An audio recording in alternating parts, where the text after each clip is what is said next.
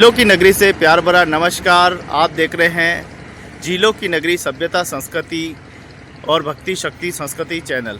आपको बता दें कि वीर शिरोमणि महाराणा प्रताप के वंशज महाराणा श्रीजी हुजूर भोपाल सिंह जी जन्मोत्सव पर हर वर्ष लोकजन सेवा संस्थान द्वारा 5 दिवसीय नगर में कार्यक्रम आयोजित होते हैं। आज कार्यक्रम का चौथा दिन है।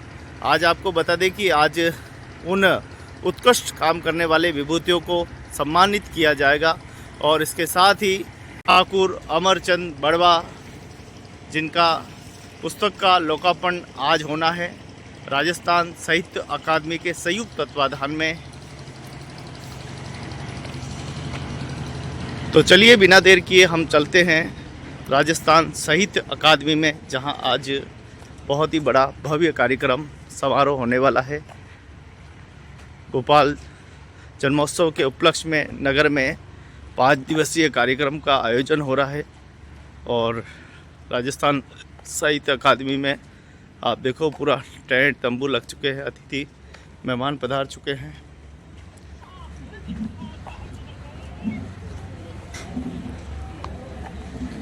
तो बहुत ही सुंदर भव्य कार्यक्रम। रामदयाल जी की जय हो।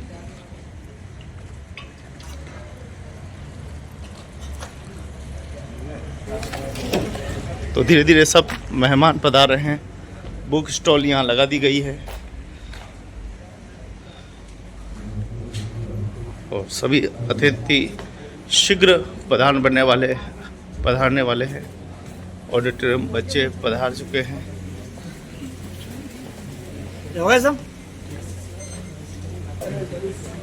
तो कुछ ही देर में देखते देखते पूरा ऑडिटोरियम खचाखच भरने वाला है और आप देखिए सब अतिथि मेहमान पधार चुके हैं।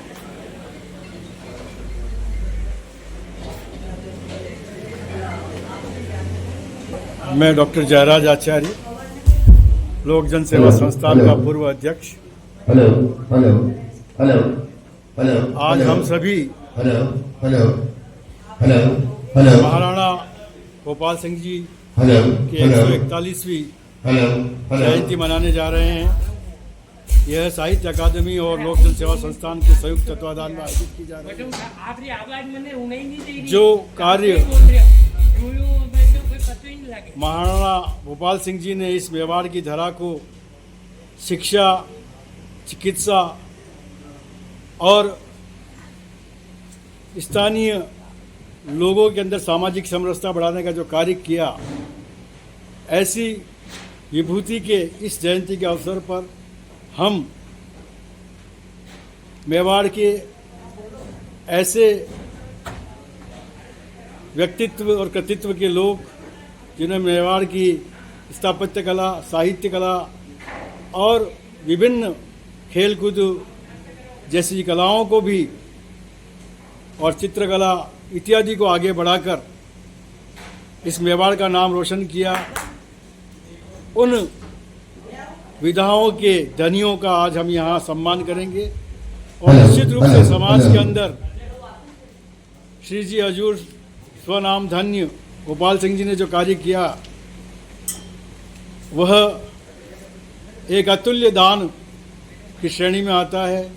चाहे वह बीएन कॉलेज हो, एमबी कॉलेज हो, एमबी कॉलेज का हॉस्पिटल हो, राजस्थान कृषि विश्वविद्यालय हो, विद्या भवन हो, ऐसी कई संस्थाएं, रेलवे ट्रेनिंग स्कूल हो, इन सभी संस्थाओं के अंदर जो भूमिदान किया है, उसके पीछे मूल्य उद्देश्य था बालक और बालिकाओं को और शिक्षा के क्षेत्र में, चिकित्सा के क्षेत्र में प्रचार प्रसार करना और आने वाले समय में मेवाड़ के प्रतिभावान बालक बालिकाओं को आगे बढ़ाना।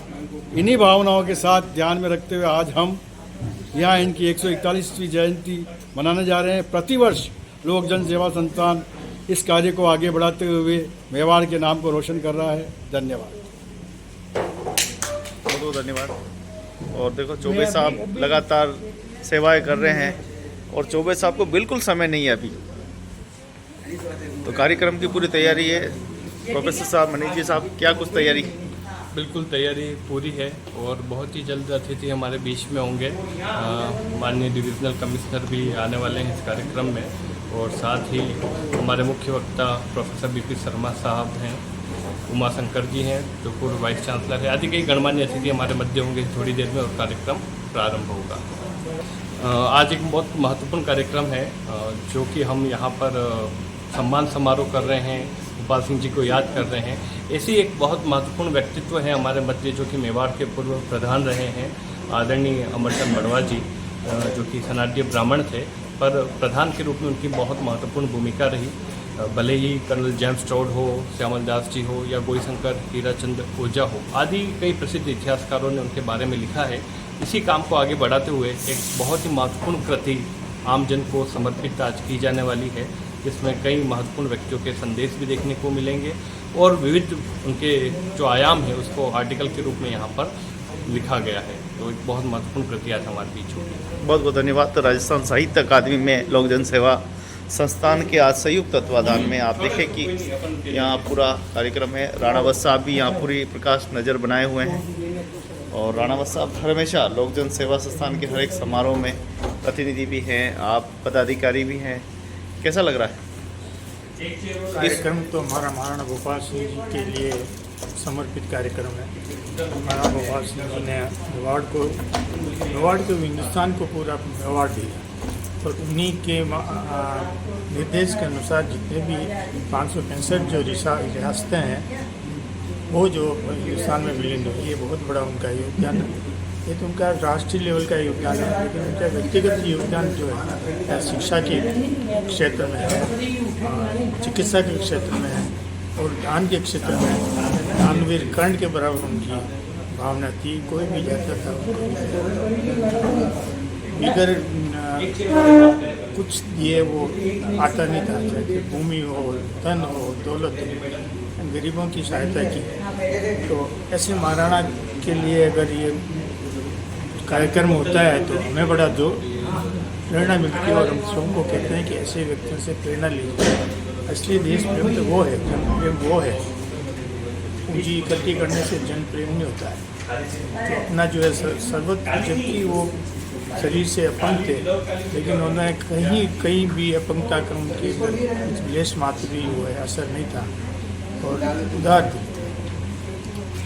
तो आज कई विभूतियों को आज सम्मानित किया जाएगा।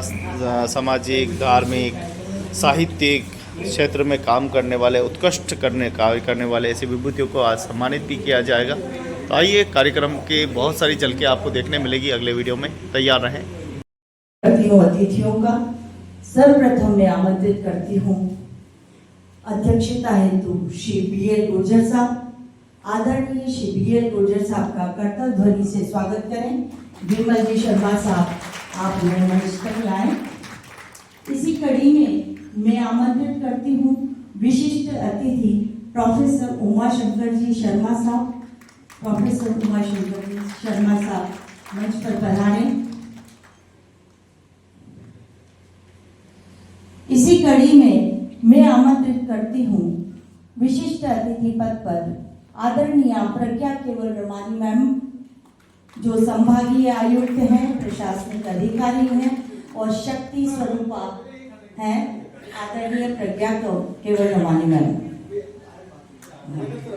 ओके। इसी कड़ी में मैं आमंत्रित करती हूँ विशिष्ट अतिथि पद पर श्री उमराव सिंह जी ओसवाल साहब। उमराव सिंह जी ओसवाल साहब पधारें।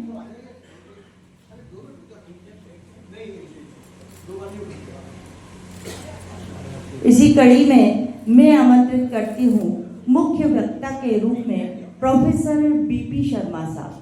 प्रोफेसर BP शर्मा साहब पधारें और हमारा मंच की शोभा बढ़ाएं।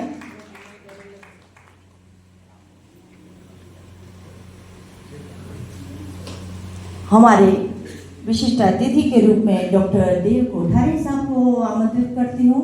डॉक्टर देव कोठारी साहब मंच पर पधारें। स्वागत, अभिनंदन। और हमारे साहित्य अकादमी के डॉक्टर बसंत सिंह जी सोलंकी साहब पधारें। डॉक्टर बसंत सिंह जी सोलंकी साहब, मंचासीन अतिथियों को मैं निवेदन करती हूँ कि आप विराजें और माँ सरस्वती की पूजन वंदन करें, दीप प्रज्वलन करें और माल्यार्पण करें और सरस्वती के पदार्पण से इस मंच को, इस हॉल को, इस पावन भूमि को पवित्र करें। आदरणीय मिशीलाल जी मांडोत साहब, विशिष्ट अतिथि पद पर आपका भी स्वागत है। मंच पर पधारे आदरणीय मिशीलाल जी मांडोत साहब। बहुत ही पवित्र पल हैं, पावन क्षण हैं। इन क्षणों में हमें मधुर स्वरों की हमेशा ज़रूरत रहती है। आज हमारे बीच काकरोली से बहुत मधुर गायिका के रूप में, मधुर कवयित्री के रूप में नीतू बाफना जी हैं। डॉक्टर नीतू बाफना जी पधारे, सरस्वती वंदना करें। नीतू बाफना। सरस्वती वंदना के पवित्र स्वर हों, सुगंधित ताजा पुष्प हों, दीप का रोशनी का पर रहती है, हमारे अगल बगल में रहती है। स्वागत है नीतू जी। माँ शारदे को नमन करती हूँ, मंचासीन प्रबुद्धता को प्रणाम करती हूँ, आप सभी की गरिमामयी उपस्थिति को प्रणाम करती हूँ। आज के इस गरिमामय कार्यक्रम में मैं बहुत सौभाग्यशाली खुद को महसूस कर रही हूँ कि मुझे माँ सरस्वती की वंदना करने के लिए आदेशित किया गया है। मैं माँ सरस्वती की वंदना से शुरू करती हूँ। सत्य स्रोत की उद्गाता को, सत्य स्रोत की उद्गाता को काव्य पुष्प माँ कल्याणी का स्वर से अभिनंदन है। सत्य स्रोत की उद्गाता को मेरी कलम को ऐसा वर दो जो प्रतिपल चलती जाए। कंठ रागिनी नदियां बन स्वर सागर में मिलती जाए। लिखा आज तक जो भी मैंने वो मत तुझको अर्पण है। लिखा आज तक जो भी मैंने वो माँ तुझको अर्पण है। मेरे ज्योतिहीन नयन का है माँ तू ही दर्पण है। सत्य स्रोत की उद्गाता को मैं बुद्धि से हीन हूँ मैया, तू बुद्धि की दाता है। मैं अज्ञानी ज्ञान न जानू, माँ तू ज्ञान प्रदाता है। मुझ में बूंद भी न पानी की तू नदियों का संगम है। मुझ में बूंद भी न पानी की तू नदियों का संगम है। शीतल कर दो मेरा जीवन, मैं माटी तू चंदन है। सत्य स्रोत की उद्गाता को। बहुत सुंदर वंदना और सरस्वती का आह्वान और सभी देवताओं का आह्वान। ये जो हमारे सभासद में मंच पर विराजे हुए हैं, ये हमारे अतिथि नहीं, अतिथि देवो भव। ये हमारे यहाँ की परंपरा के द्योतक हैं, हमारे अग्रगण्य हैं, हमें मार्ग निर्देशन करने।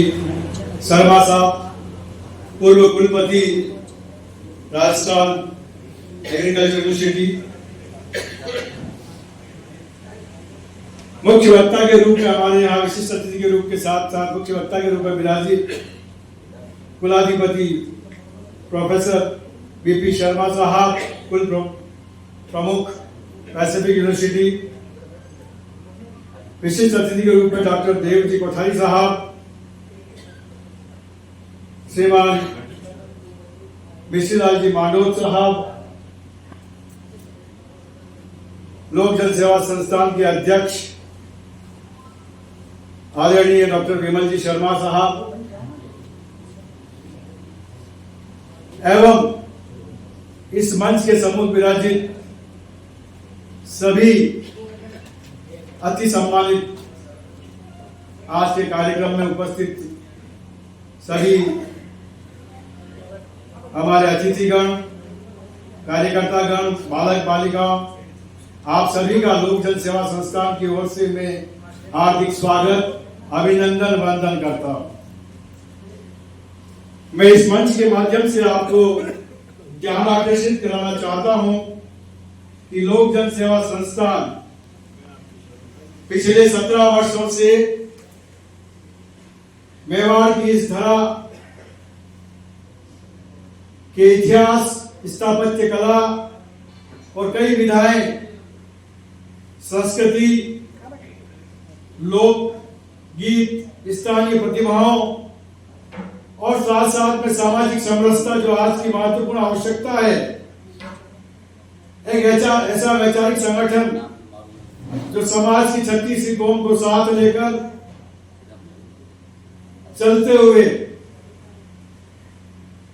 इस मेवाड़ के इतिहास के आने वाले समय में जो हमारे नवयुवक युवतियां हैं उनको विज्ञ कराने की जो कार्य कर रहा है, निश्चित रूप से एक सराहनीय कार्य करता आ रहा है। इसके लिए लोक जन सेवा संस्थान के सभी पूर्व अध्यक्षों के साथ साथ जय किशन जी चौबे साहब जो संस्थापक महासचिव हैं, बहुत मेहनत के साथ इसे आगे बढ़ाया और प्रतिवर्ष ऐसी विधाओं को इस मंच के माध्यम से सम्मानित कर मेवाड़ के सम्मुख एक इतिहास रचने का प्रयास किया। आज हम सभी महाराणा गोपाल सिंह जी की 141वीं जयंती के साथ साथ मेवाड़ के पूर्व प्रधानमंत्री ठाकुर अमरचंद बड़वा जो इतिहास के पन्नों में कई अदृश्यता के रूप में था, लोक जन सेवा संस्थान ने उन इतिहास के पन्नों से उसे खोजकर इस मेवाड़ की धरा पर उनके द्वारा किए गए कार्यों के एक पुस्तक के रूप में संकलित कर यहाँ उसका विमोचन करने का प्रयास किया जा रहा है। और निश्चित रूप से समय समय पर ऐसे इतिहास के पन्नों को संकलित कर लोक जन सेवा संस्थान अक्षय लोक जन के माध्यम से सभी जगह इसे पहुंचाने का प्रयास कर रही है। आज जो प्रतिभाएं सम्मानित होगी वे कई विधाओं में अपनी अपनी स्थान रखती है और कहते हैं कि मेवाड़ के श्री जी हजूर गोपाल सिंह जी ने जो इस मेवाड़ की धरा पर जो कार्य किए हैं, यदि उन कार्यों का समय समय पर आम जन के बीच में व्याख्यान नहीं हो तो आम जन उससे पहचानित नहीं हो पाएगा। और इसीलिए सर्वमान्य श्री जी हजूर का आज 141वीं जयंती जो पिछले 18 सालों से जो हम मनाते आ ही रहे हैं, लेकिन इस अवसर पर मैं ये बात कहना चाहूंगा कि जस वर्णन होवे न जटे वह धरती मर जाए, संत सती और सूरमा वे ओझल हो जाए। निश्चित रूप से समय समय पर ऐसे मेवाड़ के सूरवीरों, ऐसे संतों का हमें स्मरण करते हुए आम जन तक पहुंचाने का प्रयास करने का लोक जन यहाँ कार्य कर रहा है। इसके लिए बहुत बहुत बधाई है। भगवान श्री राम के सूर्यवंशियों से जुड़ी हुई जड़ें मेवाड़ की इस धरा से है, जहां पर कई ऐसे वीर और प्रसूताओं ने ऐसे वीर पुत्रों को जन्म दिया जिसे मेवाड़ की धरा ने के नाम पर गौरवान्वित किया।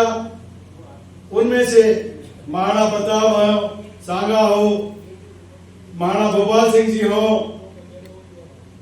ऐसे कई सूरवीर यहाँ हुए हैं। यदि हम वीरांगनाओं की बात करें तो पन्ना का त्याग, बलिदान, पद्मनी का जौहर, ये सब हमें इस बात की, हाड़ा रानी का बलिदान, ये सब हमें इस बात की से अवगत कराता है कि मेवाड़ की धरा पर कई सूरवीरों ने जन्म लिया और ऐसे सूरवीर इतिहास में कम ही देखने को मिलते हैं। निश्चित रूप से सिसोदिया वंश में जो सिसोदा गांव के पास से सिसोदिया का वंश हुआ था, हालिद ऋषि के आशीर्वाद से जो इस मेवाड़ की राज्य हमारे एकलिंगनाथ है उसके दीवान के रूप में जो हमारे महाराणा साहब पहचान रखते हैं, ऐसे सिसोदिया वंश में जन्म लेने वाले परम आदरणीय गोपाल सिंह जी की जयंती, जिन्होंने इस मेवाड़ की धरा के विकास में क्षत्रिय रूप से जो कार्य किया उसमें बहुत सारी बातें तो हैं, उनकी विस्तृत चर्चा यहाँ होगी, लेकिन मुख्य रूप से BN college, MB college, RCA, Vidya Bhavan, railway training school, Bhopal चिकित्सालय, राजस्थान विद्यापीठ, ऐसी कई संस्थाएं हैं जहां पर भूमि दान करके आने वाले भविष्य में जिन बालक बालिकाओं को शिक्षा के क्षेत्र में आगे बढ़ने की जो बुद्धिमत्ता, जो दूरदृष्टिता महाराणा गोपाल सिंह जी में थी, शायद कम ही लोगों को मिलती है। निश्चित रूप से यह कहा जाए कि मेवाड़ की इस धरा का यदि शासन का आकलन किया जाए, परसों ही उमाशंकर जी इस बात पे चर्चा कर रहे थे कि सबसे लंबा शासक यदि किसी वंश का रहा है तो मेवाड़ के वंश का रहा है। ये हम सभी गौरवान्वित है इस बात से। यहाँ पधारे हुए सभी अतिथियों का, सभी सम्मानित सदस्यों का, सभी बालक बालिकाओं का पुनः मैं इस मंच के माध्यम से आप सभी का हार्दिक स्वागत, वंदन, अभिनंदन करते हुए अपने इस वाणी को विराम देता हूँ। जय हिंद, जय भारत।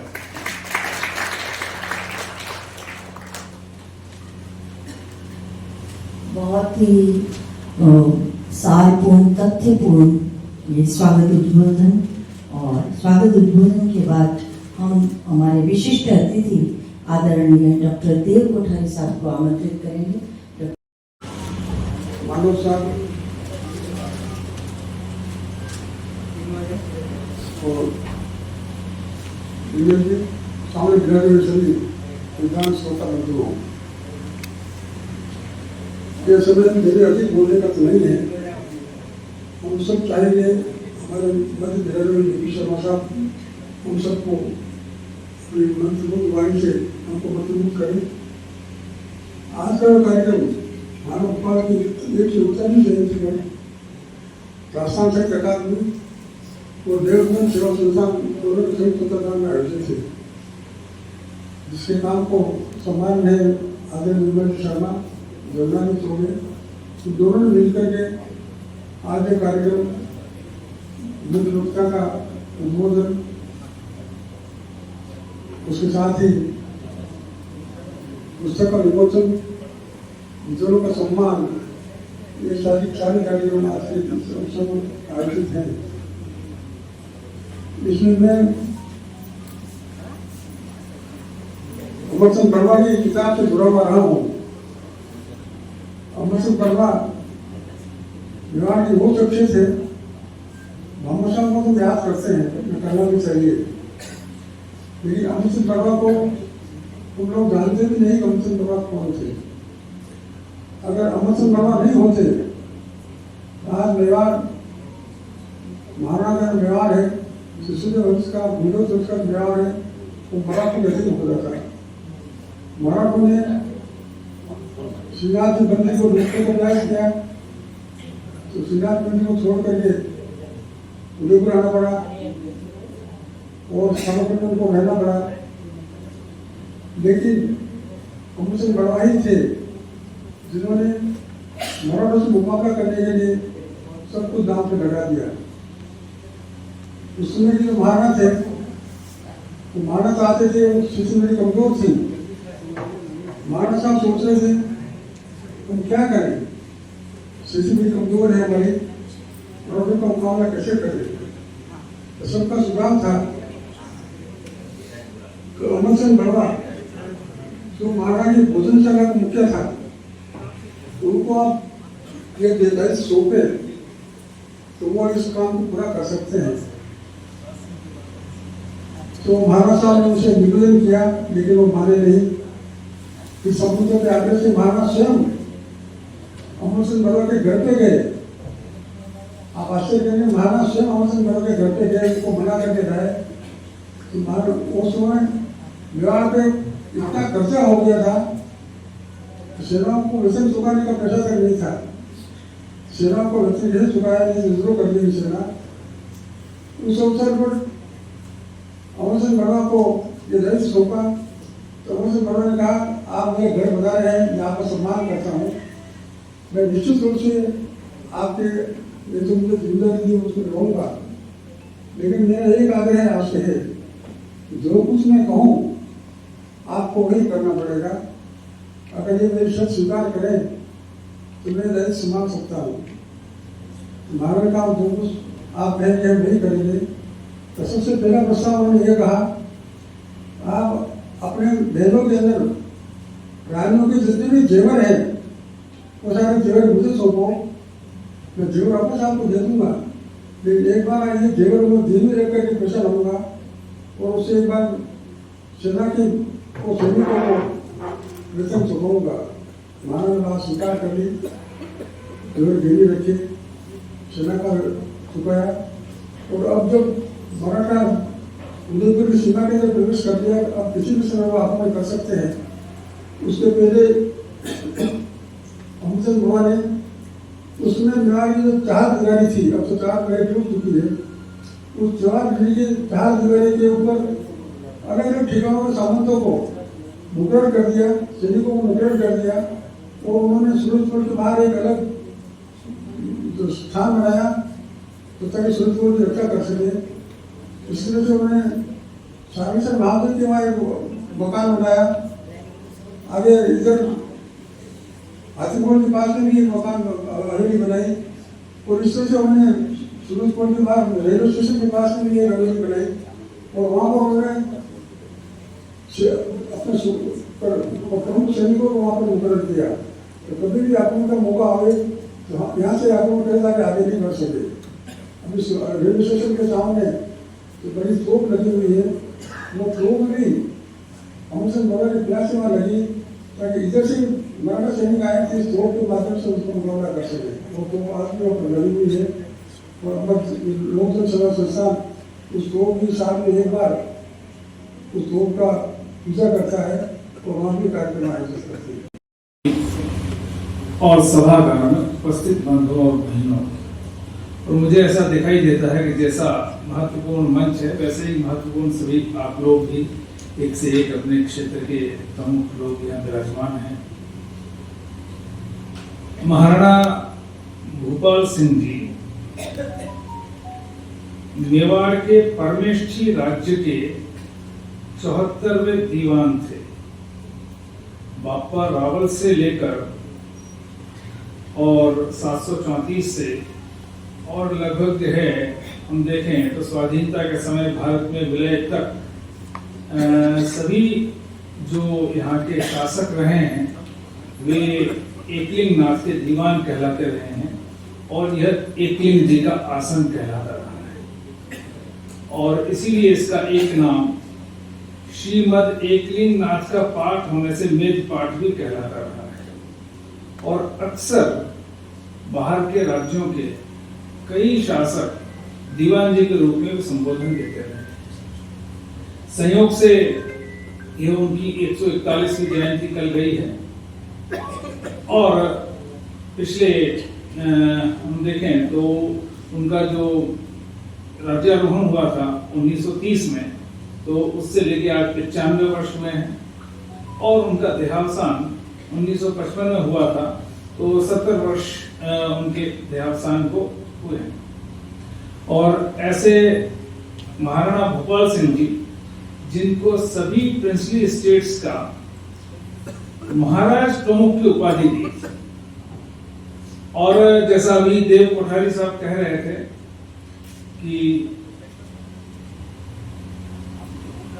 जैसलमेर, बीकानेर, जोधपुर इनका भारत में विलय अनिश्चित सा लग रहा था। यहाँ तक कि जोधपुर महाराजा ने तो वीपी मेनन को के ऊपर पिस्तौल भी तान दी थी जब वो विलय की बातचीत करने गए थे।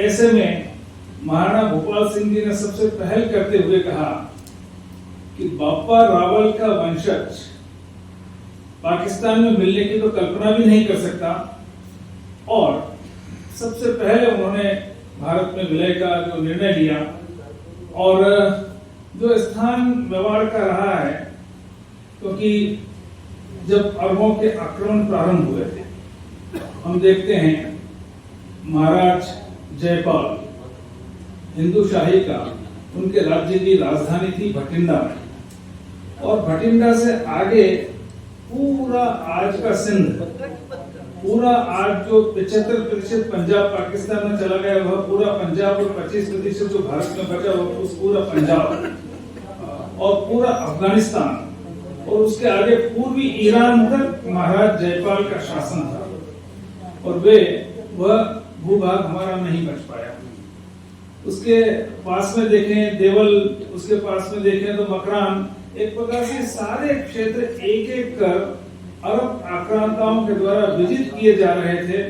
उस समय 8वीं सदी में बापा रावल ने उन पश्चिम से आने वाले आक्रांताओं का न केवल पुरजोर जवाब दिया, बल्कि उन्हें ईरान तक धकेल दिया पीछे, और रावलपिंडी में तक्षशिला को, चूंकि उस समय तक नुकसान पहुंचा चुके थे बाहरी आक्रांता, इसे तक्षशिला की सुरक्षा के लिए वहां से 40 किलोमीटर दूर रावलपिंडी में उन्होंने एक दुर्ग की स्थापना की थी।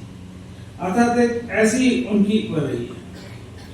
एक और बात, चूंकि सामान्यतः हमारे ध्यान में ये नहीं आता है कि मेवाड़ का परमेष्ठी राज्य है। हमारे यहाँ तैत्तिरीयोपनिषद में 16 प्रकार के शासन व्यवस्थाओं के वर्णन आते हैं, स्वस्ति साम्राज्यम, वैराज्यम, भोज्यम, इस प्रकार से। तो उसका जहाँ कोई देवता या परमात्मा उसका अधिष्ठाता होता है, शासक होता है, और शासनकर्ता उसका दीवान कहलाता है।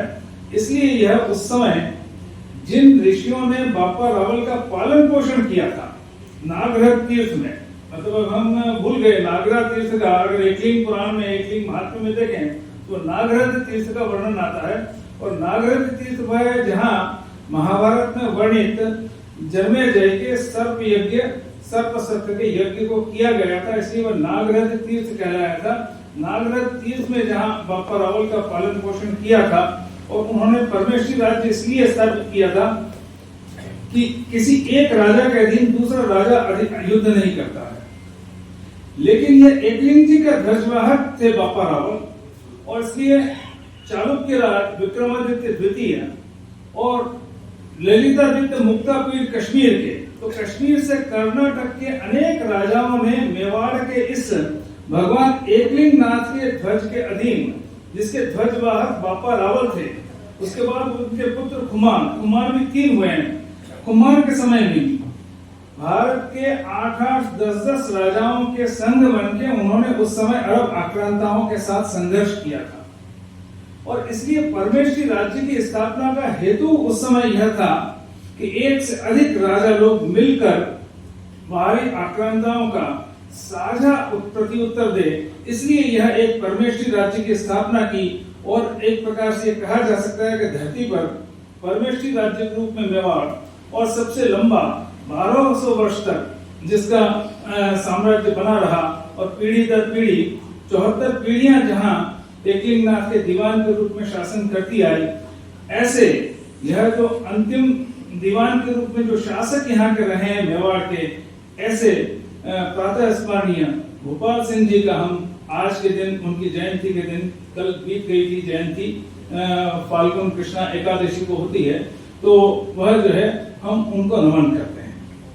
और आज का जो अखंड भारत बना, उस भारत के निर्माण में जिन्होंने अग्रणी भूमिका निभाई, और सबसे पहले मेवाड़ का विलय किया। कोई भी शासक अपनी सत्ता को स्थायी बनाए रखना चाहता है, उसमें विलीन करना, यह अपने आप में एक दूरदृष्टा के रूप में उन्होंने भारत निर्माण किया। और इसलिए आज हम देखें तो भारत के हम 143 करोड़ लोग, पूरे यूरोप के 50 देश और पूरे लैटिन अमेरिका के 26 देश, इन 76 कंट्रीज से हमारी जनसंख्या अधिक है। हम एक इतना विशाल राष्ट्र बनने की दिशा में जो महाराणा भोपाल सिंह जी का अपनी सत्ता का परित्याग कर भारत निर्माण कराने का एक उनका बहुत बड़ा महनीय कदम था, और इसलिए हम सभी आज उनके चिर कृतज्ञ हैं। 14 जनवरी 1949 को सरदार पटेल ने जब उनको आमंत्रित करने के लिए आए, तो उन्होंने कहा कि आप दिल्ली चलिए, आपका स्थान वहां है। और महाराणा साहब ने उनको बैठने के लिए कहा, तो उन्होंने बैठने के बजाय उनके सामने खड़े रहकर निवेदन आग्रह किया। मतलब उनकी यह एक प्रतिष्ठा थी महाराणा भोपाल सिंह जी की। और अगर हम देखें तो यह प्रतिष्ठा मेवाड़ राजवंश की सदैव बनी रही है।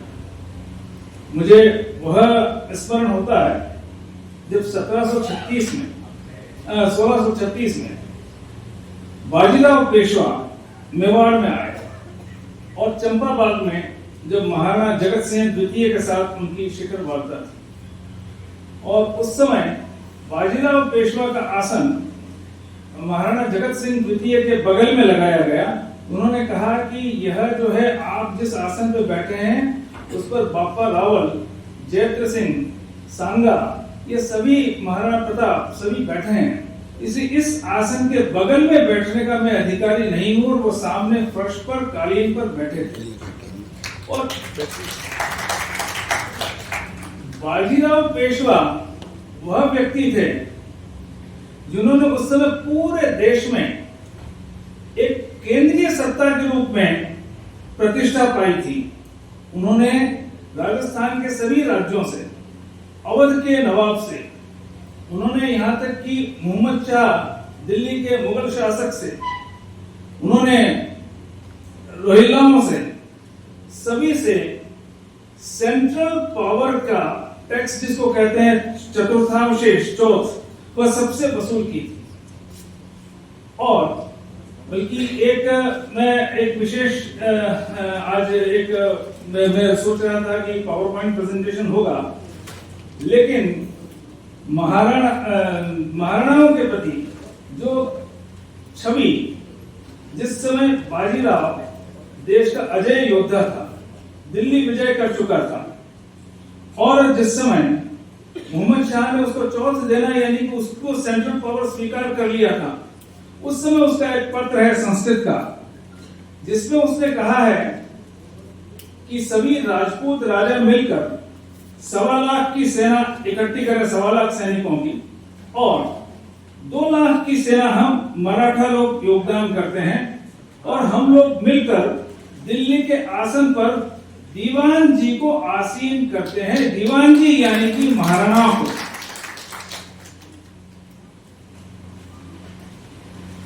मैं उसकी फोटो प्रति लाया हूं, वो पूरा ये संस्कृत का पत्र है। अन्य श्रीमद् सवाई जय सिंह प्रभृता नाम, क्योंकि सवाई जय सिंह को भी लिखा था और धवाई जी को यहाँ मेवाड़ में भी लिखा था उन्होंने।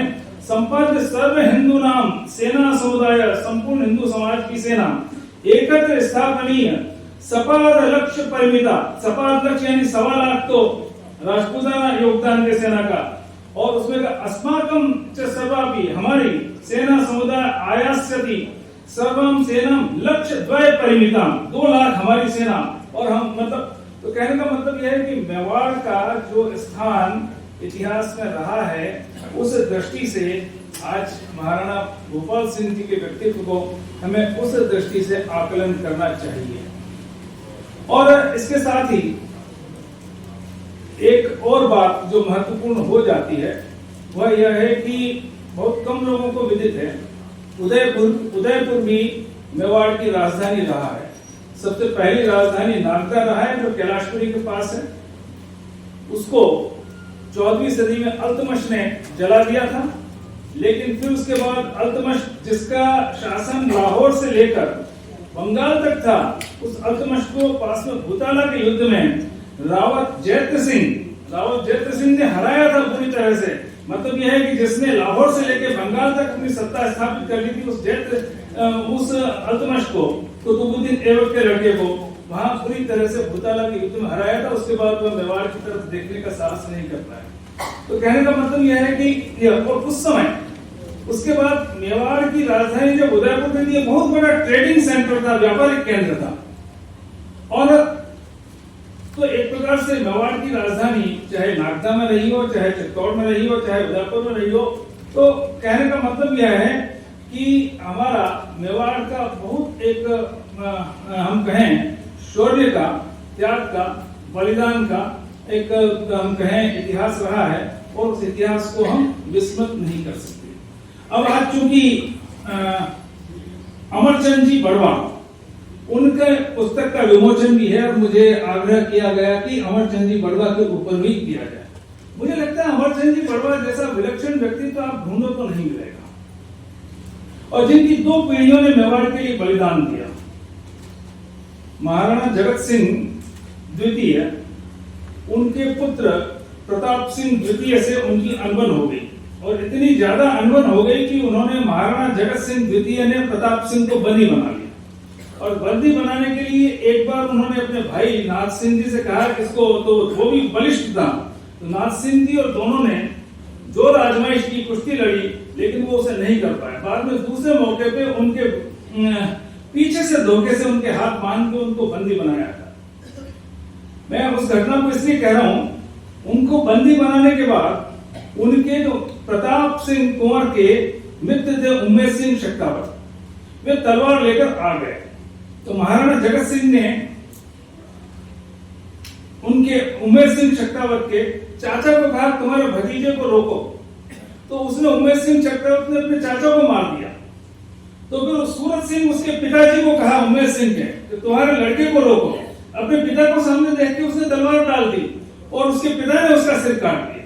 मतलब कहने का मतलब यह है कि यहाँ महाराणाओं के प्रति जो सामंतों की निष्ठा और बलिदान रहा है वह भी। अब उस समय सूरत सिंह जी का एक तरफ भाई का शव पड़ा था और एक तरफ उनके पुत्र का शव पड़ा था, और ऐसे में वह अपने पौत्र को लेकर वहां से अखेर सिंह को चले गए। उसके बाद प्रताप सिंह जब राजा बने तो उन्होंने उनको रावत की उपाधि दी।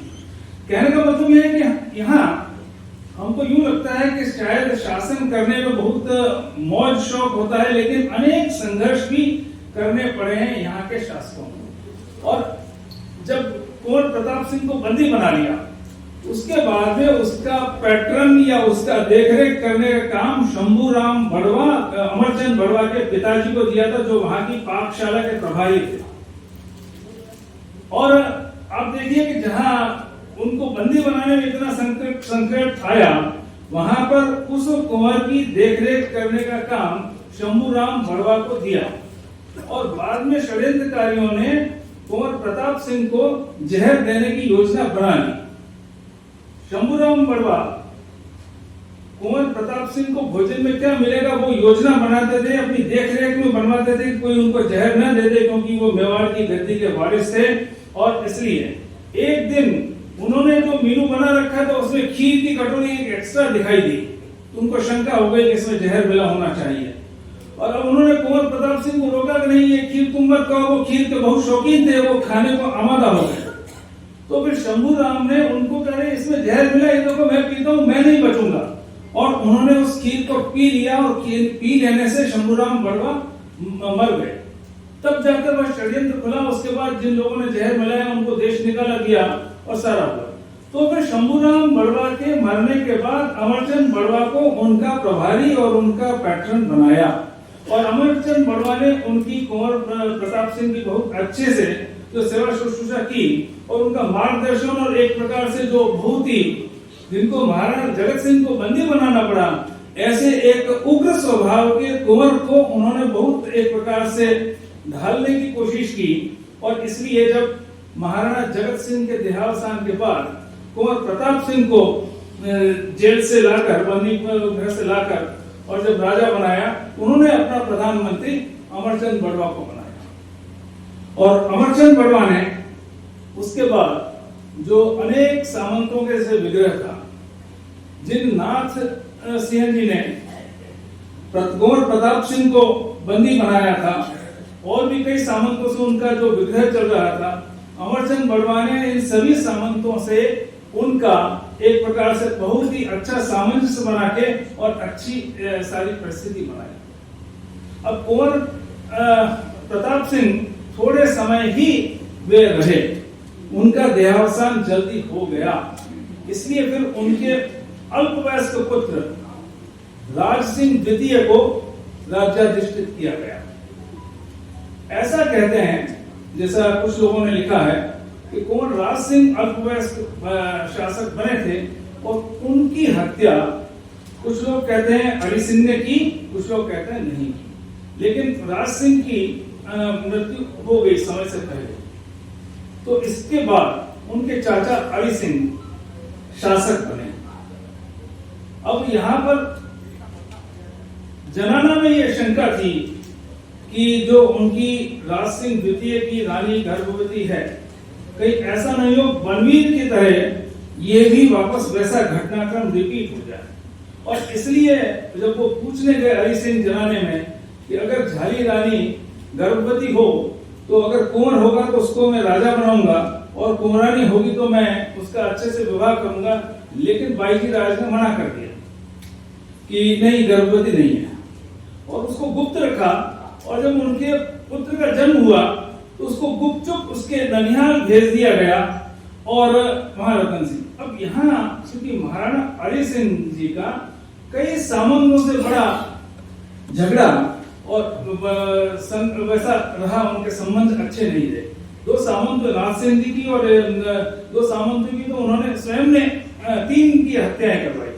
तो सामंतों से उनका सामंजस्य अच्छा नहीं रहने के कारण उन्होंने एक तो सिंध और गुजरात से मुस्लिम सैनिकों को भर्ती कर दिया और अपने सामंत उनके ज्यादातर अपने ठिकानों में चले गए। जो मेवाड़ में सामंतों की सेना युद्ध करती रही है, जिसका वेतन खर्च आदि सभी सामंत उठाते थे, अब यहाँ पर चूंकि सीधी राजकोष पर खर्च आ गया गुजरात और सिंध के मुस्लिम सैनिकों को बुलाने से, और राजकोष में इतना पैसा नहीं था, और उन्होंने अपनी अहमन्यता से अमरचंद बड़वा को भी प्रधानमंत्री पद से हटा दिया और अमरचंद बड़वा भी अपने लौट गए। इसी बीच में क्या हुआ था कि जो 2 कुंवर हो गए, एक हरि सिंह जो चाचा थे और दूसरी तरफ एक रतन सिंह जो बच्चा था जिसको गोविंदा में रखा, बाद में कुंभलगढ़ में उसको राजा बना दिया।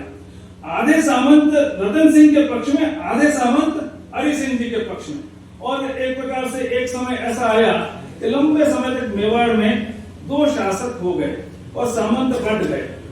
तो फिर ये जो अभी आप कह रहे थे कोठारी साहब कि मराठा, तो क्या हुआ, मराठा उस समय एक ताकतवर शक्ति थी और रतन सिंह के पक्षधर जो सामंत थे उनको लगा कि हरि सिंह को कैसे हटाए, तो वो महाराज सिंधिया के पास गए और उनको धन देना स्वीकार करके हम आपको 50 लाख रुपया देंगे, आप चल के हरि सिंह अनैतिक तरीके से बना हुआ है व्यक्ति का असली वारिस ये है। इसलिए मराठा शक्ति जो आई थी वह यह सोच के मेवाड़ जो एक सिरमौर और 8वीं सदी से भारत की स्वाधीनता का नायक रहा है, ऐसे में वहां के इस राजकुल के झगड़े को निपटाना और गद्दी के असली वारिस को गद्दी मिल जाए, इसलिए महाराज सिंधिया आए। और आए तो फिर क्षिप्रा में के तट पर युद्ध हुआ। युद्ध में मेवाड़ की सेना हार गई और वहां पर उनके पक्ष में 15,000 नागा साधु भी आ गए थे, इसलिए वो सारा पासा पलटा था क्षिप्रा के तट पर। अब यहाँ आने के बाद एक तो सैनिकों को देने के लिए पैसा नहीं था। जो सिंध और गुजरात के मुस्लिम सैनिक थे उन्होंने महाराजा का शेरवानी इतने उससे खींची कि वो फट गई और उन्होंने कहा कि हमारा पैसा चाहिए। ऐसे में और उधर से महाराज जी उदयपुर का घेरा डालने के लिए आ गए थे रतन सिंह को शासक बनाने के लिए। वो मराठों का यहाँ वो करना नहीं था। कई बार क्या होता है कि इतिहास में हम पूरी सूचना नहीं देते हैं और उसमें मान लेते हैं कि वो यहाँ कब्जा करना चाहते थे। उनकी मेवाड़ के प्रति बड़ी श्रद्धा थी, तो वो यहाँ आए। ऐसे में फिर लोगों ने कहा कि भाई देखो, न तो आपके पास पैसा है सैनिकों को देने के लिए, सामंत कोई आपका साथ देने के लिए तैयार नहीं है, और इधर महाराज जी सिंधिया ने घेरा डाल दिया, उदयपुर आ रहे हैं, तो अब अमरचंद बड़वा ही इस संकट से आपको उबार सकता है। तो फिर वो अमरचंद बड़वा के घर जाते हैं और उससे आग्रह करते हैं कि तुम आओ और तो वापस प्रधानमंत्री बनो।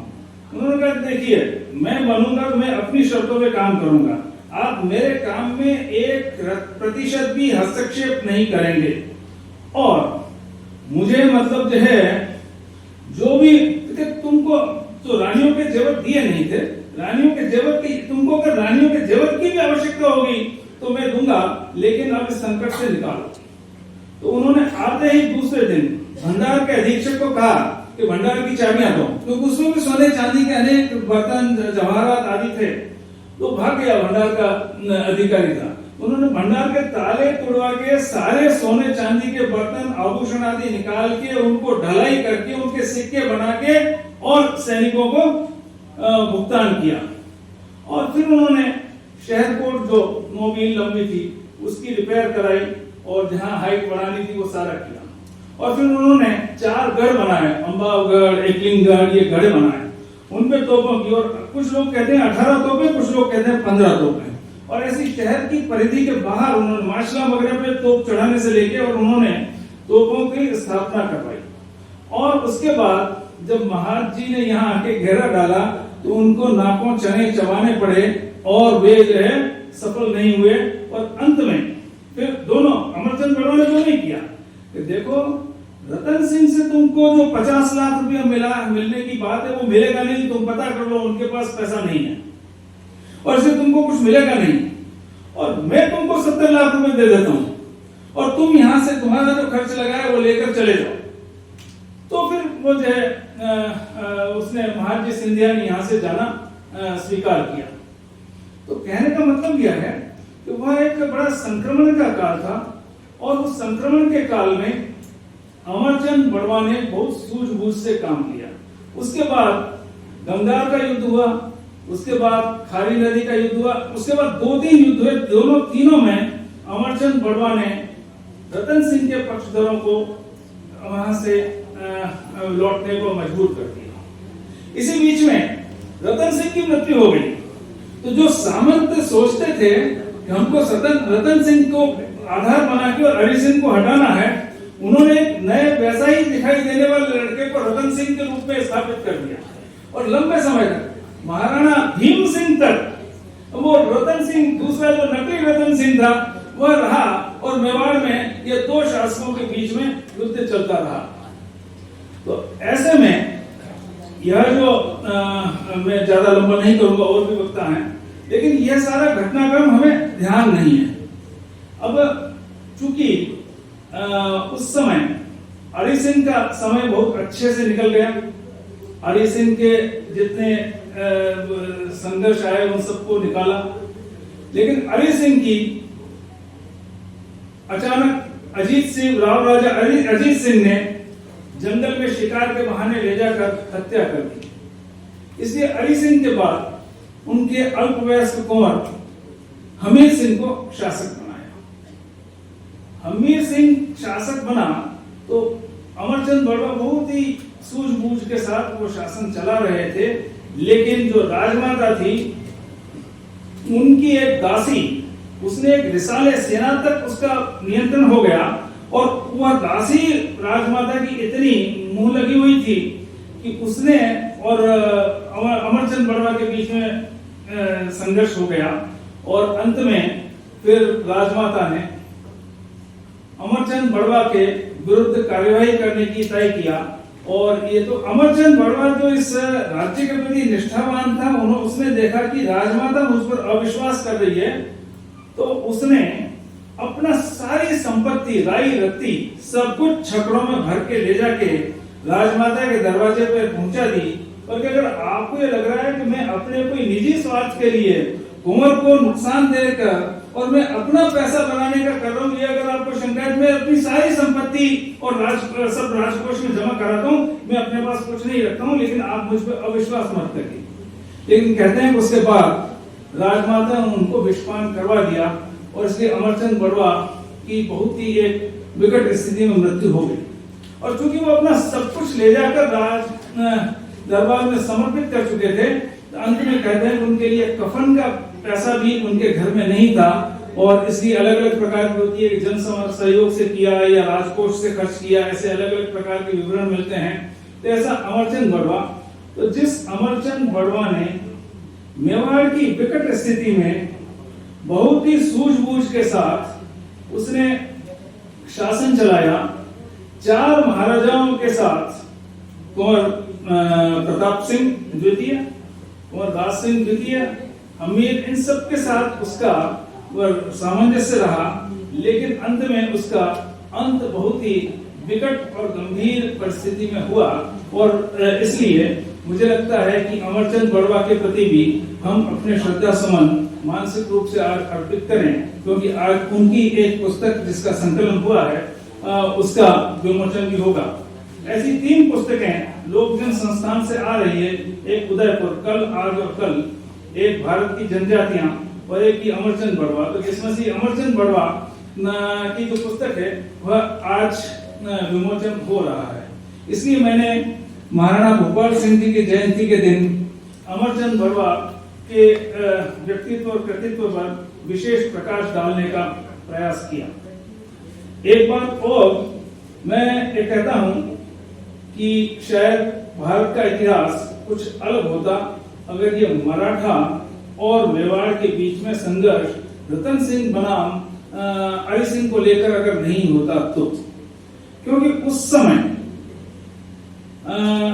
1751 में ये बने थे प्रताप सिंह, और उस समय प्रधानमंत्री बने थे। यह वो कालखंड है जब 1757 में पेशवा नीत हिंदवी स्वराज के परिसंघ यानी कि मराठाओं ने दिल्ली पर दूसरी विजय प्राप्त की थी, और दिल्ली पर दूसरी विजय प्राप्त करने के बाद उन्होंने अंताजी को उसका सर्वाधिकारी बनाया।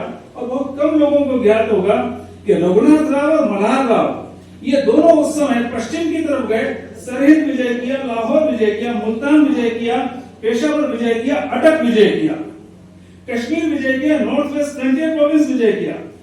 हमारे सेकुलर इतिहासकारों ने उसे लिखा ही नहीं, जो एक प्रकार से। और एक समय ऐसा हुआ अटक से कटक तक और कश्मीर से तिरुचिरापल्ली तक 25 लाख वर्ग किलोमीटर क्षेत्रफल पर पेशवाओं का भगवा ध्वज फहराने लग गया था। आज का हमारा क्षेत्रफल 32,87,000 वर्ग किलोमीटर, और उसका 3/4 ऑफ टुडेज इंडियाज एरिया वह जो उस समय भगवा ध्वज के करीब आ गया था। दुर्भाग्य से पानीपत की तीसरी लड़ाई में मराठों के विरुद्ध निर्णय इसलिए हुआ कि मराठों की उधर से दूसरे शासकों ने सप्लाई काट दी थी। इधर अवध के नवाब और रोहिल्लाओं ने अहमद शाह अब्दाली का साथ दिया पंच के आधार पर, और इसलिए उनकी वहां पर पराजय हुई। लेकिन उसके बाद जब बालाजी बाजीराव पूना से चलने शुरू हुए, 1 लाख मराठा मारे गए थे। उस समय अहमद शाह अब्दाली बुरी तरह से भागा, पेशवा के नाम पर गिफ्ट भेज गया कि दिल्ली तुम अपनी रखो, मैं वापस अफगानिस्तान जा रहा हूं। और उसके बाद मराठाओं का पुनः उत्कर्ष हुआ, खास करके जो पेशवा माधवराव था उस समय। यह जो है बहुत एक प्रकार से कह सकते हैं कि दिल्ली पर तीसरी विजय 1777 में हुई थी, और उसके बाद में 1788 से 1803 15 साल तक दिल्ली के लाल किले पर मराठाओं का ध्वज भगवा ध्वज फहराता रहा था। और 1803 की सेकंड एंग्लो मराठा वार में दिल्ली अंग्रेजों ने मुगलों से नहीं ली। आप इतिहास पढ़िए, माइनॉरिटी बैठे हैं वो हाँ कर रहे हैं, और मराठाओं से ली। कहने का मतलब है कि एक प्रकार से यह जो 25 लाख वर्ग किलोमीटर क्षेत्रफल और 150 स्थानों पर अंग्रेजों से जो लड़ाई हुई, मुगलों की नहीं हुई, मराठाओं की हुई। एक प्रकार से यह जो कालखंड था उस समय जो मराठा वर्चस्व का, उस समय अगर मेवाड़ और राजस्थान और ये सारा जो राजपूत सत्ता है और मराठाओं के बीच में सामंजस्य हो जाता तो भारत का इतिहास कुछ अलग होता। मैंने कहा 1757 में उनकी दूसरी दिल्ली विजय हुई मराठाओं की। उसके बाद वो 20 अप्रैल 1758 को लाहौर विजय की। लाहौर में वहां के लोगों ने रघुनाथ राव और मल्हार राव की शालीमार बाग में एक भव्य अभिनंदन समारोह किया था। आप सोचिए, कल्पना कीजिए उस समय। और ये वही कालखंड है जिस समय 1757 में मराठाओं की दूसरी दिल्ली विजय हुई। उस समय अंग्रेजों ने प्लासी की लड़ाई में नवाब सिराजुद्दौला को हराया था। उस नवाब सिराजुद्दौला के विरुद्ध 1757 में, जिसमें मराठाओं की दूसरी दिल्ली में, मतलब हम खंड खंड इतिहास देखते हैं, थोड़ा इंटीग्रेट करने की देखने की आवश्यकता है। उस समय 3300 सैनिक रॉबर्ट क्लाइव के पास थे, जिसमें 600 अंग्रेज थे, 2700 हिंदुस्तानी थे, और 50,000 की सेना नवाब सिराजुद्दौला के पास थी। उसके सेनापति मीर जाफर को पैसा देकर अपनी तरफ मिला लिया अंग्रेजों ने, और कहा कि तुझे नवाब बना देंगे। उसको पैसा देकर मिला लिया। वो 50,000 की सेना बिना लड़े समर्पण कर गई रॉबर्ट क्लाइव के सामने, और क्लाइव के पास 600 अंग्रेज थे, केवल 50,000 के 2700 हिंदुस्तानी थे।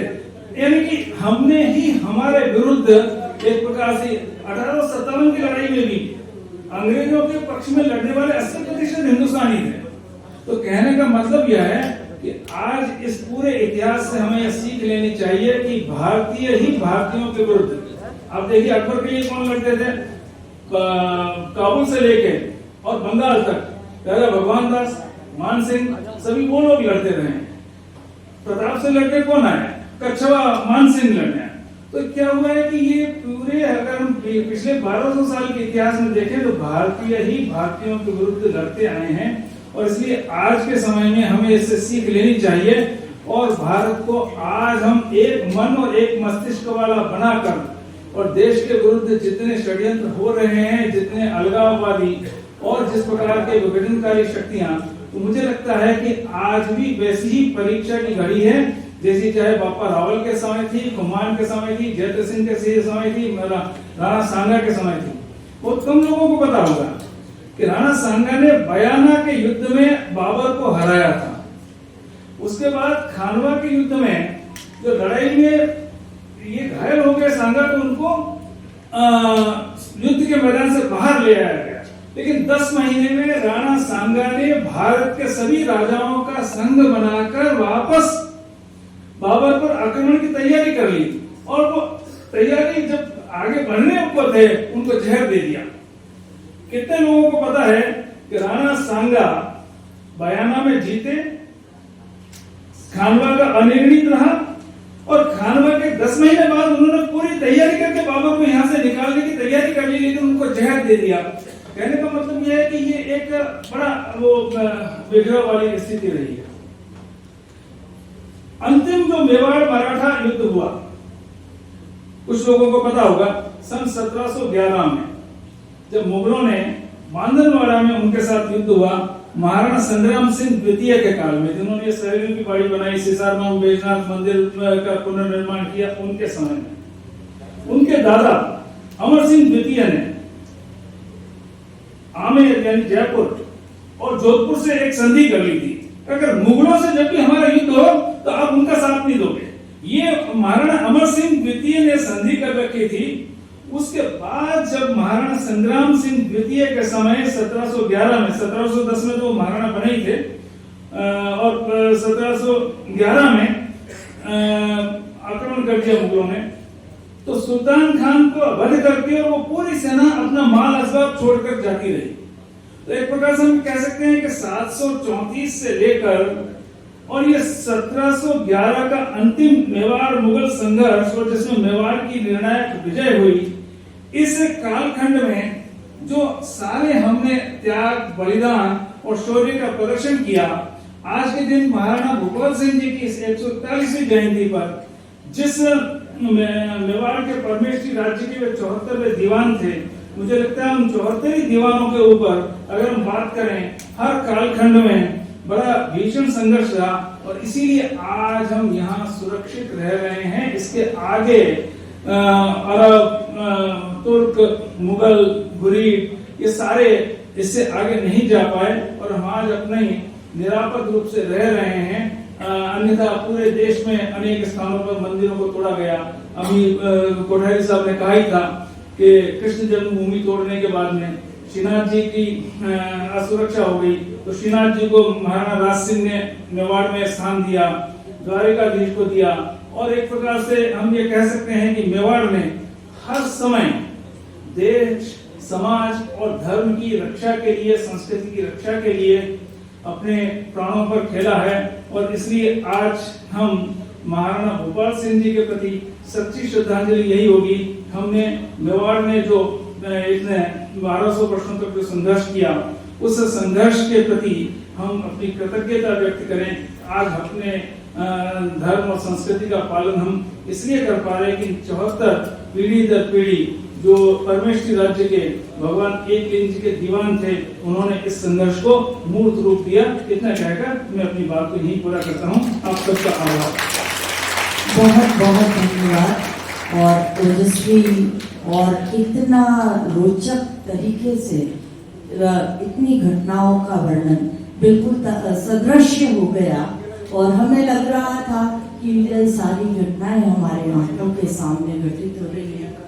तो हमें इतिहास से बहुत कुछ सीखना है, इतिहास से बहुत कुछ जानना है और हमें ये याद रखनी है पंक्तियां कि मजबूती पनो रखियो मन में, मजबूती पनो रखियो मन में, दुख दीन पनो दर्शावनो ना, दुख दीन पनो दर्शावनो ना, चली वो कुल रीत सुमारग पे, चली वो कुल रीत सुमारग पे, मन से हरि हेत मिटावनो ना, चिमनेश मजा हसी बोली में, निज स्वार्थ हेत बढ़ावनो ना, निज स्वार्थ हेत बढ़ावनो ना, उपकार करो तो भले ही करो, मर जावनो है फिर आवनो ना।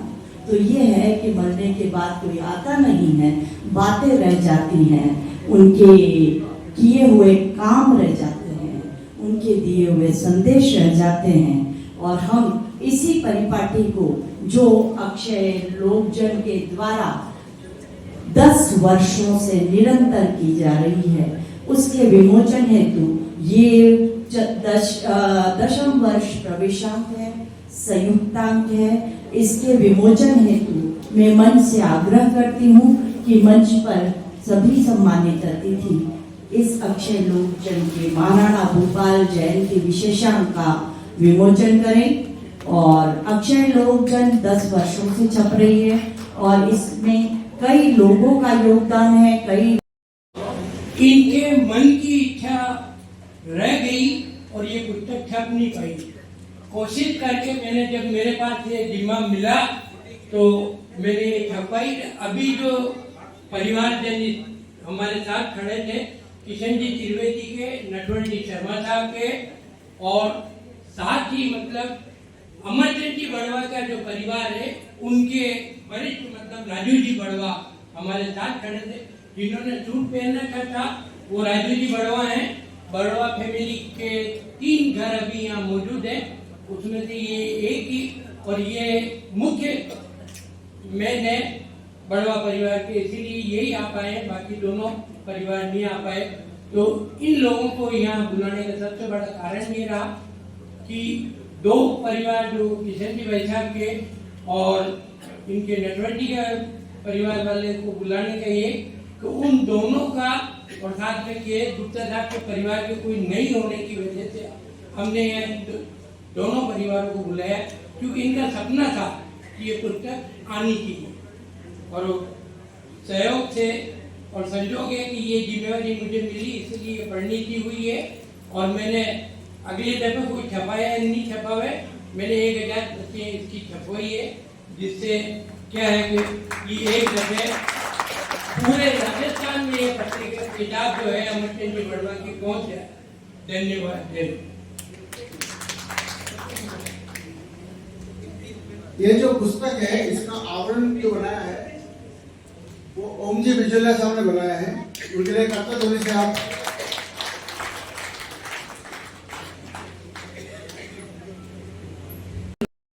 प्रोफेसर के गुप्ता साहब की प्रेरणा से प्रधान संपादक डॉक्टर देव कोठारी जी और प्रोफेसर गिरीश नाथ माथुर तथा सह संपादक doctor J K. Ojha, doctor Rajendra Nath पुरोहित, सह संपादक डॉक्टर कुलशेखर व्यास, डॉक्टर मनीष श्रीमाली तथा संपादकीय सहयोगी प्रोफेसर विमल शर्मा, डॉक्टर अनिल शर्मा और प्रबंध संपादक श्री जय किशन चौबे के कठोर परिश्रम और सत प्रयासों से ठाकुर अमरचंद बड़वा स्मृति संस्थान उदयपुर के सौजन्य से मेवाड़ राज्य के प्रधान ठाकुर अमरचंद बड़वा व्यक्तित्व एवं कृतित्व कृति का प्रकाशन चिराग प्रकाशन प्रभात नगर सेक्टर 5 किरण मगरी उदयपुर राजस्थान द्वारा किया गया।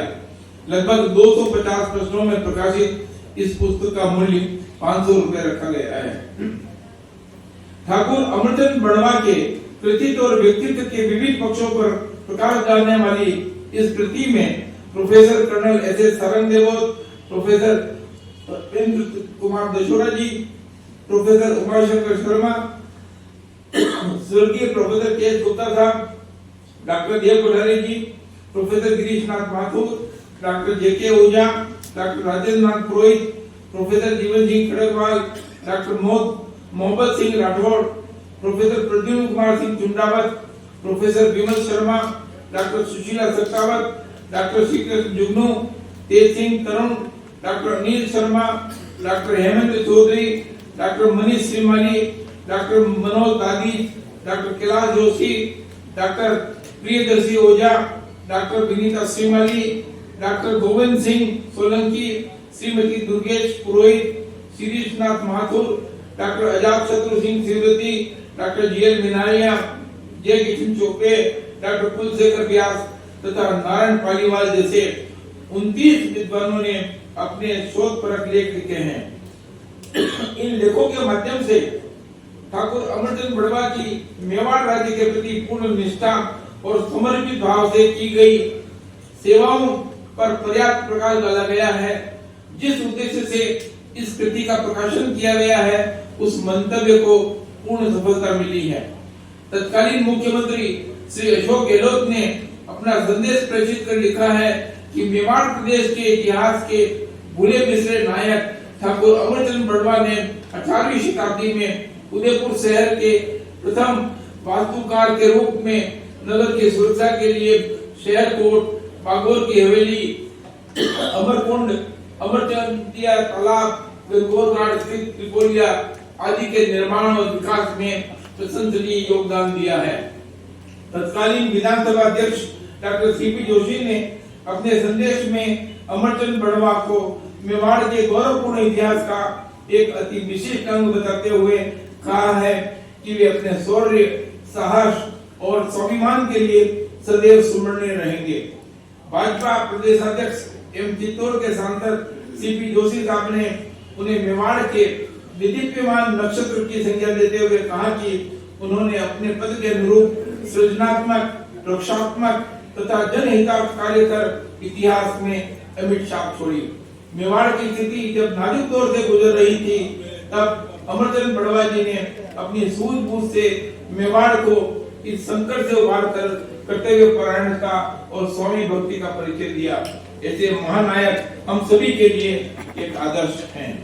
प्रोफेसर भगवती प्रसाद शर्मा ने ठाकुर अमरचंद बड़वा के योगदान का उल्लेख करते हुए कहा कि मेवाड़ के सर्वाधिक संवेदनशील एवं अकल्पनीय संघर्ष के काल में उन्होंने मेवाड़ राज्य को स्थिरता और सुरक्षा प्रदान की।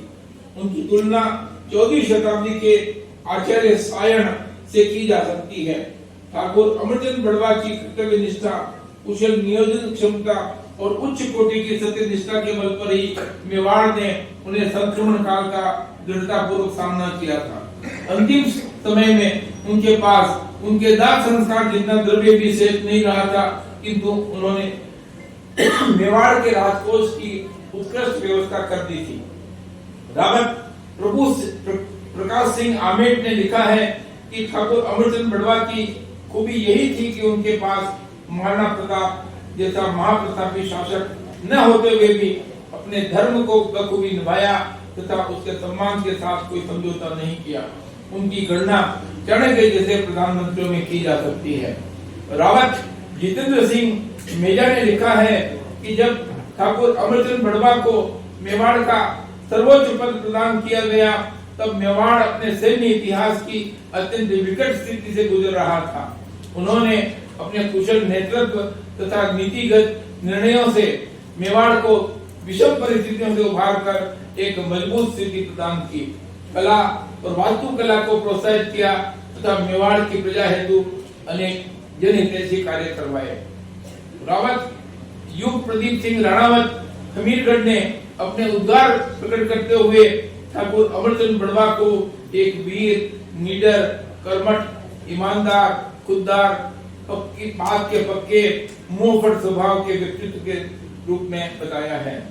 मेजर महाराज राज सिंह सिवरती ने लिखा है कि मेवाड़ के 4 महाराणाओं के शासनकाल में प्रधान पद को सुशोभित करते हुए अमरचंद बड़वा ने मेवाड़ के विकास और शिल्प संरचना से पर्याप्त योगदान किया।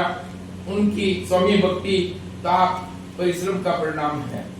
Lieutenant general NK Singh Rathore ने जानकारी दी कि ठाकुर अमर सिंह बड़वा 18वीं शताब्दी के उत्तरार्ध में मेवाड़ की राजनीति के सबसे प्रभावशाली व्यक्ति रहे। वे वीर, साहसी, निडर, स्पष्ट वक्ता, ईमानदार और स्वामी भक्त थे और स्वाभिमानी थे। इन्हीं गुणों से प्रभावित होकर उन्हें मेवाड़ के नौकरशाह का सर्वोच्च पद प्रदान किया और साथ ही ठाकुर की पदवी प्रदान की। उनका कला और जनहितार्थ में बड़ा योगदान रहा। मेवाड़ जब अपने सैन्य इतिहास के सबसे कठिन दौर से गुजर रहा था, तब उन्होंने अपनी सैन्य रणनीति एवं सामरिक कुशलता से उसे सफलतापूर्वक उबारा। क्षिप्रा युद्ध के बाद जब मेवाड़ सिंधिया की घेराबंदी से घिरा हुआ था, तब ठाकुर अमरचंद बड़वा ने नई तोपें ढलवाकर तथा सिंधी मुसलमान सैनिकों को उन्हें अपने कर्तव्य का स्मरण करवाकर एक कुशल सेना नायक होने का परिचय दिया। उनकी सैन्य नीति के कारण ही सिंधिया सैन्य बढ़त देते हुए भी मेवाड़ को लूट नहीं सका और उसे निराश लौटना पड़ा। प्रसिद्ध इतिहासकार डॉक्टर के गुप्ता ने अपने संपादकीय में लिखा है कि 18वीं शताब्दी में मेवाड़ सामंतों की महत्वाकांक्षाएं बढ़ गई। राजमहल षड्यंत्र का केंद्र बन गया। मराठा शक्ति को राजस्थान में प्रवेश मिला, जिसका मेवाड़ पर सर्वाधिक प्रभाव पड़ा। महाराणा जगत सिंह द्वितीय के समय तो स्थिति इतनी दयनीय हो गई कि राजकुमार प्रताप सिंह को महलों में नजरबंद कर दिया गया। मेवाड़ के सामंत स्वार्थ सिद्धि में लगे रहे, किंतु राजकीय पदाधिकारी अभी भी ऐसे थे जिन्होंने राज्य हित को सर्वोपरि माना। अमरचंद बड़वा जी शंभू सिंह जगत सिंह के समय राजकीय पाकशाला के मुखिया थे।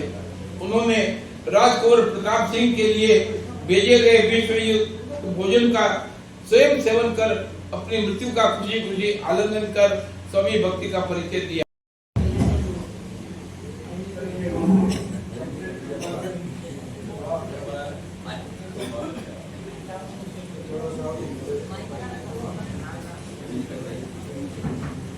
श्री हरीश जी चल रहे ऊपर बना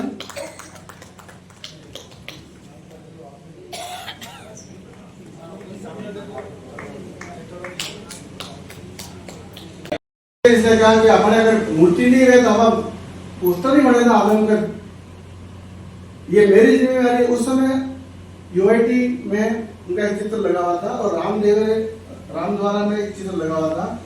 आपने अपने पर्सनल प्रयासों से चित्रकारों को बुलाया और बोला ये हूबहू कॉपी मेरे को खड़ी ही चाहिए।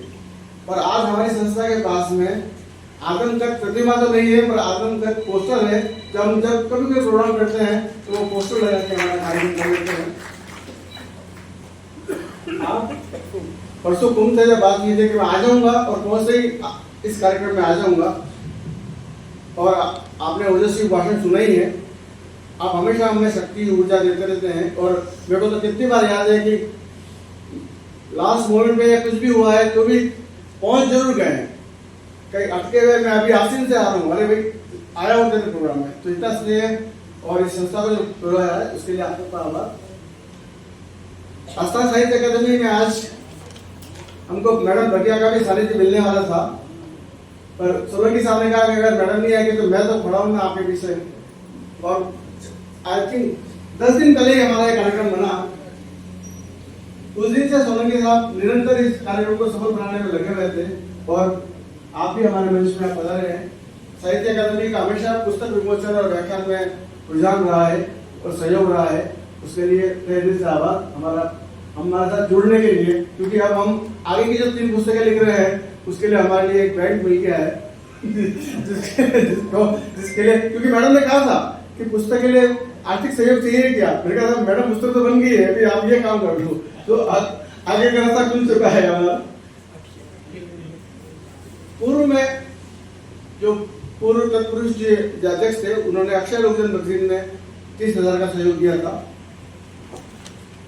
धन्यवाद की लिस्ट तो लंबी चौड़ी है। हमारी अक्षय लोकजन की पूरी टीम, लोकजन सेवा संस्थान की पूरी टीम और आप सब धन्यवाद के कुंभ हैं जो समय से यहाँ बदल गए थे। और हमने प्रोग्राम शुरू कर लिया था, 11:15 का टाइम दिया था, 11:30 शुरू कर दिया था और करीब 2:30 बजने वाले हैं और भोजन और आपके बीच में खड़ा हूँ।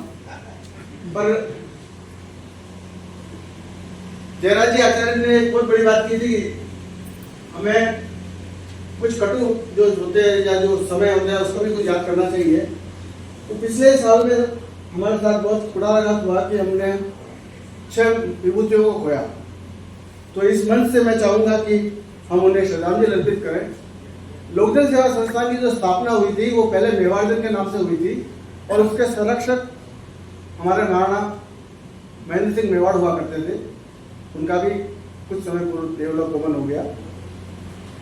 इसी तरह से हमारे प्रथम संरक्षक विजयलाल राव सवाई चंद्रवीर सिंह जी हुआ करते, वो भी गत वर्ष भी कुछ महीने पहले ही हमको छोड़ के चले गए।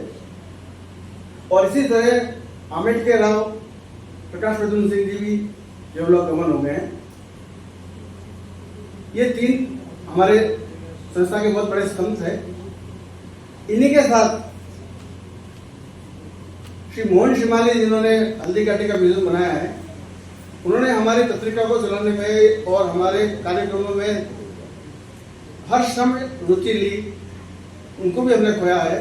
उनके पुत्र आज यहाँ सभा में उपस्थित थे, शायद वो तो खड़े हो जाए। आगे क्या? हमारे एक वरिष्ठ इतिहासकार प्रोफेसर गिरीशनाथ माथुर, जो इस पुस्तक में भी लेखक थे, उनको भी हमने खोया है। और इसी तरह से प्रोफेसर ललित पांडे, जो भी जो अपने आप में इंटक चलाते थे और कला और संस्कृति को समर्पित थे, उन्हें भी हमने खोया है। तो इन 6 महान विभूतियों के सम्मान में हम 2 मिनट का मौन रख उन्हें श्रद्धांजलि अर्पित करेंगे। उसके पश्चात मैं ही राष्ट्रगान गाऊंगा, उसमें आप सम्मिलित हुए। और उसके पश्चात एक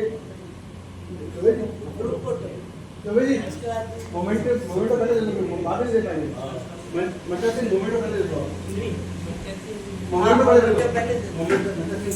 समझ आऊंगा। मंचा सिंह को फिर बाद में मोमेंट नहीं दे पाएंगे, पहले जगह श्री चौबे से निर्णय लें कि मंचा सिंह को स्मृति चिन्ह भेंट करें।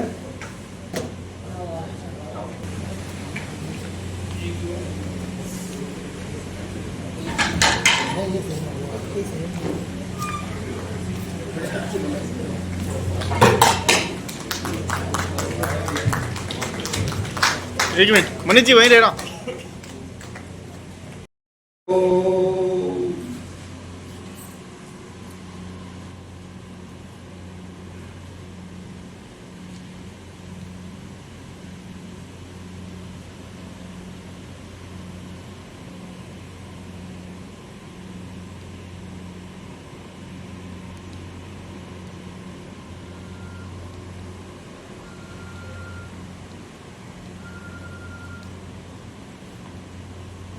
ओम शांति। जनगण मन अधिनायक जय हे भारत भाग्य विधाता, पंजाब सिंध गुजरात मराठा द्राविड़ उत्कल गंगा, विंध्य हिमाचल यमुना गंगा, उच्चल जलधि तरंगा, तब शुभ नामे जागे, तब शुभ आशीष मांगे, गाए तब जय गाता, जन गण मंगलदायक जय हे भारत भाग्य विधाता, जय हे जय हे जय हे जय जय जय हे भारत जय वंदे मातरम, वंदे मातरम। आप सभी भोज लेकर बना लेंगे। भोजन भार सब हो चुका है।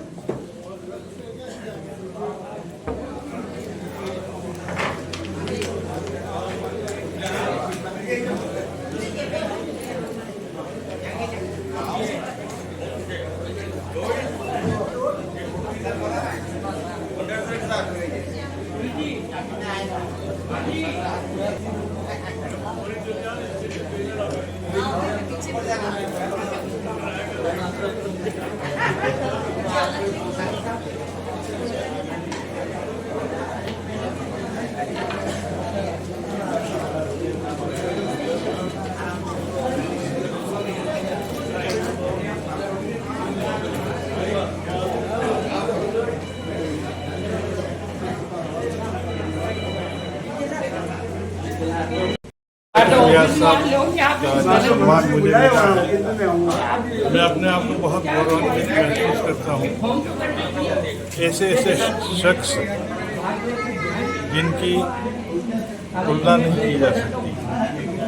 चहुमुखी प्रतिभा तो क्या है, वो तो 16 कलाओं के ज्ञाता थे।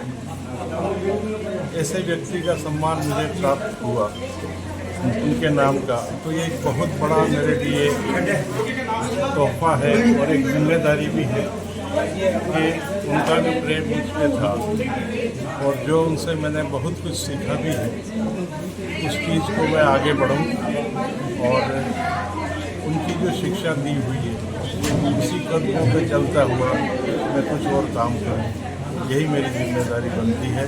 मैं एक बार फिर बहुत बहुत आभारी हूँ पूरे व्यास परिवार का कि उन्होंने मुझे इस काबिल समझा कि डॉक्टर राजशेखर व्यास साहब जैसे प्रतिभावान अद्वितीय हर क्षेत्र में रहने वाले शख्सियत का मुझे सम्मान दिया है। एक बार बहुत महाराणा प्रताप के वंशज महाराणा श्री जी हुजूर महाराणा भूपाल सिंह जी के जन्म जयंती पर लोकजन सेवा संस्थान हमेशा हर वर्ष 5 दिवसीय कार्यक्रम आयोजित करते हैं। इसी क्रम में आज राजस्थान साहित्य अकादमी में 5 दिवसीय कार्यक्रम, आज सम्मान समारोह पुस्तक का लोकार्पण संपन्न हुआ है। हाँ जी गुरुदेव, कैसा कुछ रहा? लोकजन सेवा संस्थान और साहित्य अकादमी के संयुक्त तत्वाधान में अमरचंद बड़वा जो हमारे मेवाड़ के पूर्व प्रधानमंत्री रहे, उनकी एक पुस्तक का विमोचन और महाराणा भूपाल जयंती के 141वें वर्ष पर आयोजित एक कार्यक्रम में हमारे प्रमुख इतिहासकारों ने 7वीं 8वीं शताब्दी से लेकर 19वीं शताब्दी के बारे में मेवाड़ के महाराणाओं की भूमिका और सारे बारे में विस्तृत व्याख्यान दिया।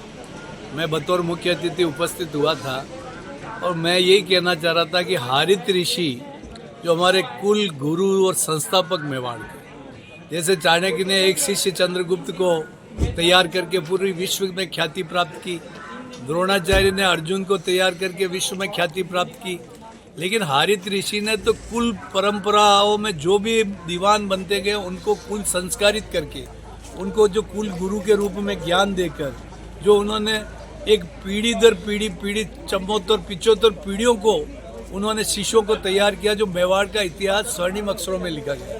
तो हम हरित ऋषि पर विशेष काम करने की जरूरत है, ये मैंने अपने विचार रखे।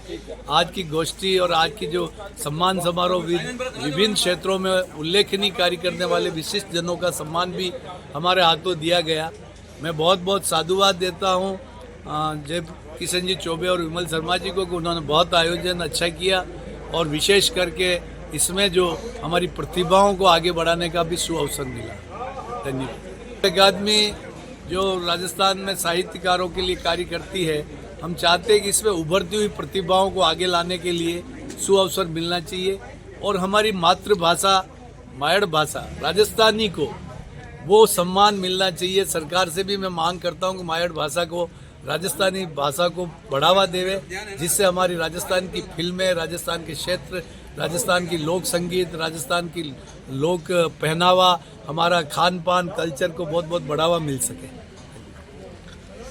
बहुत बहुत धन्यवाद जगदीश राज श्रीमाली जी, पूर्व राज्य मंत्री एवं मजदूर नेता इंटक।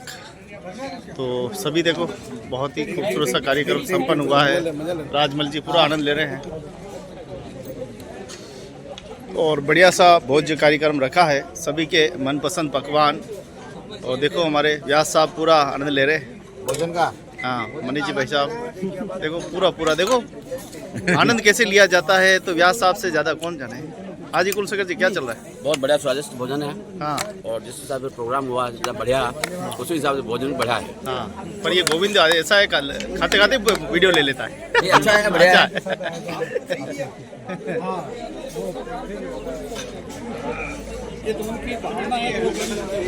तो बहुत ही सुंदर कार्यक्रम यो मेवाड़ी धरती पे व्यो है। और देखो ये देखो माना बहुत ही लाडला रूपाला है चंद्र प्रकाश जी चित्तौड़ा। आज डॉक्टरी उपाधि मिल गई, डॉक्टर साहब मर गया। कई कहना चाहो प्रकाश जी को सूक्ष्म चित्र प्रदर्शनी के लिए बहुत बहुत बधाई, बहुत बहुत शुभकामनाएं। अब डॉक्टर डॉक्टर की पद डॉक्टर चंद्र प्रकाश चितोड़ा।